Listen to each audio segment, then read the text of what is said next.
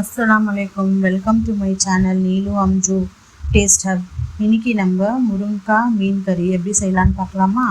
அதுக்கு ஃபஸ்ட்டு ஒரு பாத்திரத்தில் ஒரு 4-5 வெங்காயம், அதுக்கப்புறமா 4-5 பூண்டு போட்டு ஃபஸ்ட்டு மிக்சியில் கொஞ்சம் அரைச்சி தனியாக எடுத்து வச்சிடலாம்.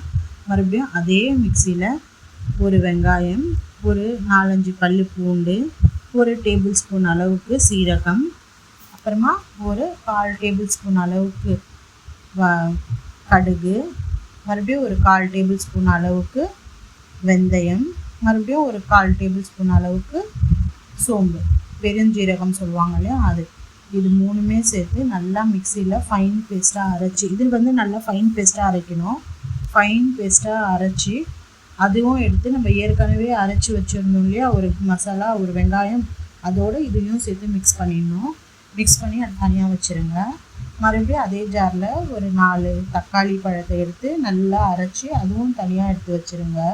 கொஞ்சம் புளி ஊற வச்சுருங்க. தாளிக்கிறதுக்கு பூண்டு, வெங்காயம், தக்காளி, கொத்தமல்லி, கருவேப்பிலை, 2 பச்சை மிளகா, அப்புறமா 2 முருங்கைக்காய், அதுக்கப்புறமா ஃபிஷ்ஷு நல்லா வாஷ் பண்ணி அதுவும் எடுத்து தனியாக வச்சுருங்க.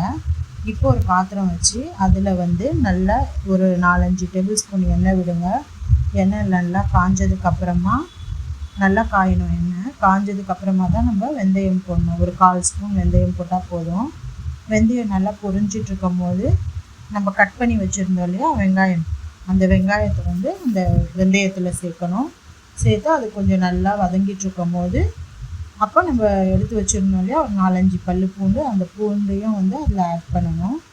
ஆட் பண்ணிவிட்டு அதுவும் கொஞ்சம் நல்லா வதங்கிட்டுருக்கும் போது 2 பச்சை மிளகா, அப்புறமா நம்ம கட் பண்ணி வச்சுருந்தோம்ல தக்காளி, அந்த தக்காளியும் அதில் போட்டு எல்லாம் ஒன்றா சேர்த்து நல்லா மிக்ஸ் பண்ணிக்கிட்டே இருக்கணும்.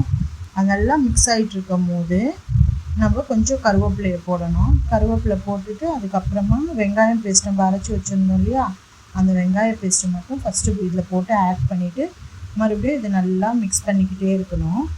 இது நல்லா மிக்ஸ் ஆகிட்டு இருக்கும் போது கொஞ்சம் சால்ட் அது டேஸ்ட்டுக்காக நம்ம போடணும். சால்ட்டு நம்மளுக்கு எவ்வளோ தேவையோ அவ்வளோ சால்ட்டு போட்டுக்கலாம். சால்ட்டு போட்டு அதை நல்லா நம்ம கொஞ்சம் வதங்கிட்டே இருக்கணும். அது நல்லா வதங்கிட்டுருக்கும் போது இந்த டைமில் தக்காளி அரைச்சி வச்சுருந்தோம் இல்லையா, அந்த தக்காளியை அதில் ஆட் பண்ணணும். ஆட் பண்ணிவிட்டு அந்த தக்காளியோட ராஸ்மெல் போகிற அளவுக்கு நல்லா வதக்கணும். அது நல்லா வதங்கிட்டுருக்கும் போது நம்ம வீட்டில் அரைச்ச குழம்பு மிளகாத்தூள் 2 ஸ்பூனும், மஞ்சள் பொடி ஒரு 1/2 ஸ்பூன் போட்டு ரெண்டுமே ஒன்றா நல்லா மிக்ஸ் பண்ணணும். இந்த ராஸ்மெல் போகிற அளவுக்கு நல்லா மிக்ஸ் பண்ணணும்.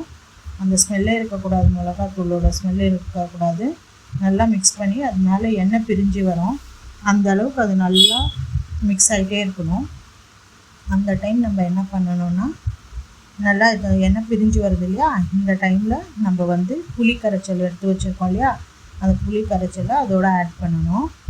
ஆட் பண்ணிவிட்டு அதுக்கப்புறம் நம்மளுக்கு தேவையான அளவுக்கு தண்ணி, எவ்வளோ நம்மளுக்கு கிரேவி தேவையோ அந்த அளவுக்கு தண்ணி போட்டு நல்லா பாயில் பண்ண விடணும். அது நல்லா பாயில் ஆகிட்ருக்கும் போது அதில் நம்ம எடுத்து வச்சுருந்தோம் இல்லையா முருங்கைக்காய், 2 முருங்கைக்காய், அந்த முருங்கைக்காவை அதில் ஆட் பண்ணணும். ஆட் பண்ணிவிட்டு ஒரு 70% முருங்கைக்காய் குக் ஆகணும். அது குக் ஆகிட்ட பிறகு தான் நம்ம அதில் ஃபிஷ்ஷை போடணும். அதுக்கு முன்னாடியே போட்டுறக்கூடாது, ஃபிஷ்ஷு கரைஞ்சிரும். அதனால் முருங்கைக்காய் வெந்ததுக்கப்புறம் தான் ஃபிஷ்ஷை ஆட் பண்ணணும். ஃபிஷ் ஆட் பண்ணிவிட்டு ஒரு 5 மினிட்ஸ் நம்ம விடணும். ஃபிஷ் குக்காக ஒரு 10 மினிட்ஸ் இருக்கும். அதனால் 5 மினிட்ஸ் ஃபஸ்ட்டு விடணும். அது நல்லா பாயில் ஆகணும். அது நல்லா கொதிச்சுட்ருக்கு இல்லையா, இப்போது நம்ம அதில் கொஞ்சம் திருப்பி போடணும். ஃபஸ்ட்டே போட்டுட்டோம்னா கரைஞ்சிடும். அதனால் ரெண்டாவது கொஞ்சம் குக் ஆகிட்ட பிறகு நம்ம அதை திருப்பணும். திருப்பி விட்டுட்டு மறுபடியும் ஒரு 2 மினிட்ஸ் வைக்கணும்.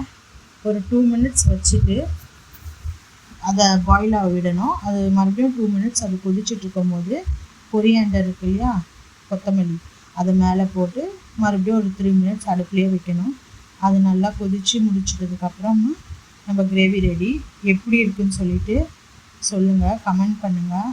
நம்ம சேனலை லைக் பண்ணுங்கள், ஷேர் பண்ணுங்கள்.